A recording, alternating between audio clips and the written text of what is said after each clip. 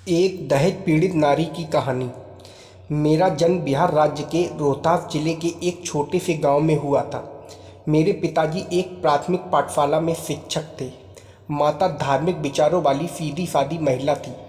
3 पुत्रों के बाद मेरा जन्म हुआ था, इसलिए मुझे माता पिता का बहुत लाड़ प्यार मिला। मेरे भाई भी मुझ पर जान देते थे। घर में खाने पीने की कोई कमी नहीं थी।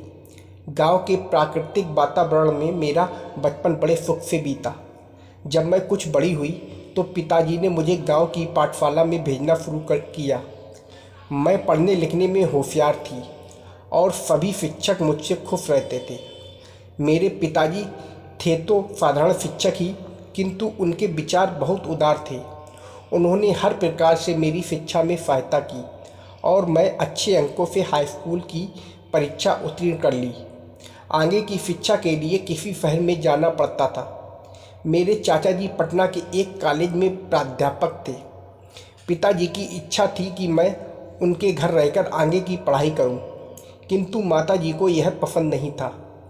नतीजा यह हुआ कि मेरी शिक्षा वहीं रुक गई। अब पिताजी के सामने मेरे विवाह की समस्या आई। मेरे योग्य वर की खोज में पिताजी ने जमीन आसमान एक कर दिया। उनकी परेशानी देखकर मैं अपने आप को कोसती थी, पर कुछ कह ना पाती थी। आखिर उन्होंने मेरे योग्य वर खोज ही लिया। पर महोदय बीए पास थे और वाराणसी के बिक्री कर कार्यालय में नौकरी करते थे। उनके पिताजी समीप के गांव के एक संपन्न किसान थे। घर में किसी प्रकार का कोई अभाव नहीं था। एक दिन मेरे घर के दरवाजे पर बारात आई और धूमधाम से मेरा विवाह हो गया। मेरे पिताजी थे तो साधारण शिक्षक ही, फिर भी उन्होंने दहेज में काफ़ी सामान दिया। सुनने में तो आया था कि उन्होंने मेरे ससुर जी को नगद रुपए भी काफ़ी दिए थे, पर मैं इसके बारे में ठीक नहीं जानती। अपने घर से विदा होकर ससुराल जाते समय मुझे जो दुख हुआ उसे शब्दों में मैं नहीं प्रकट कर सकती। खैर, मैं ससुराल आ गई और अपनी मेहनत तथा व्यवहार से सबको खुश रखने की कोशिश करने लगी। पर विधाता की कुछ और ही इच्छा थी। जल्दी ही मेरी सास, नंदे और पतिदेव खुद मुझे तरह तरह से कष्ट देने लगे। तानों की बौछार तो होती ही थी, कभी कभी मारपीट भी होने लगी। एक दिन तो सासू जी ने गर्म चिमटे से मेरे शरीर पर जगह जगह दाग भी दिया। कारण एक ही था, वे चाहते थे कि मैं अपने मायके से रंगीन टेलीविज़न और मोटरसाइकिल लाकर उनकी प्रतिष्ठा बढ़ाऊं। मैंने तभी जवान से पिताजी को सारी बातें बताई, लेकिन वे रिटायर हो चुके थे और पेंशन के सहारे जीवन बिता रहे थे।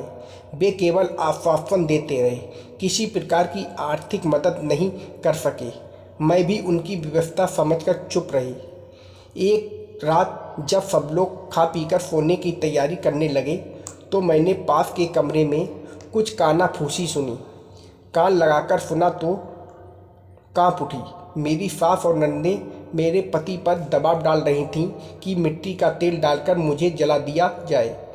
वे मुझे हमेशा के लिए रास्ते से हटा देना चाहती थीं, ताकि उनके बेटे की दूसरी शादी हो और उन्हें मुंह मांगा दहेज मिले।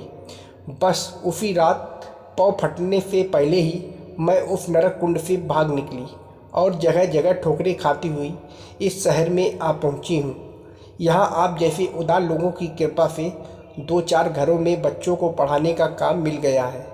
इन्हीं ट्यूशनों के सहारे ज़िंदगी के बाकी दिन बिता देने का इरादा है। हाँ, ईश्वर से यही प्रार्थना करती रहती हूँ कि फिर भारतीय नारी के रूप में मुझे जन्म ना दे।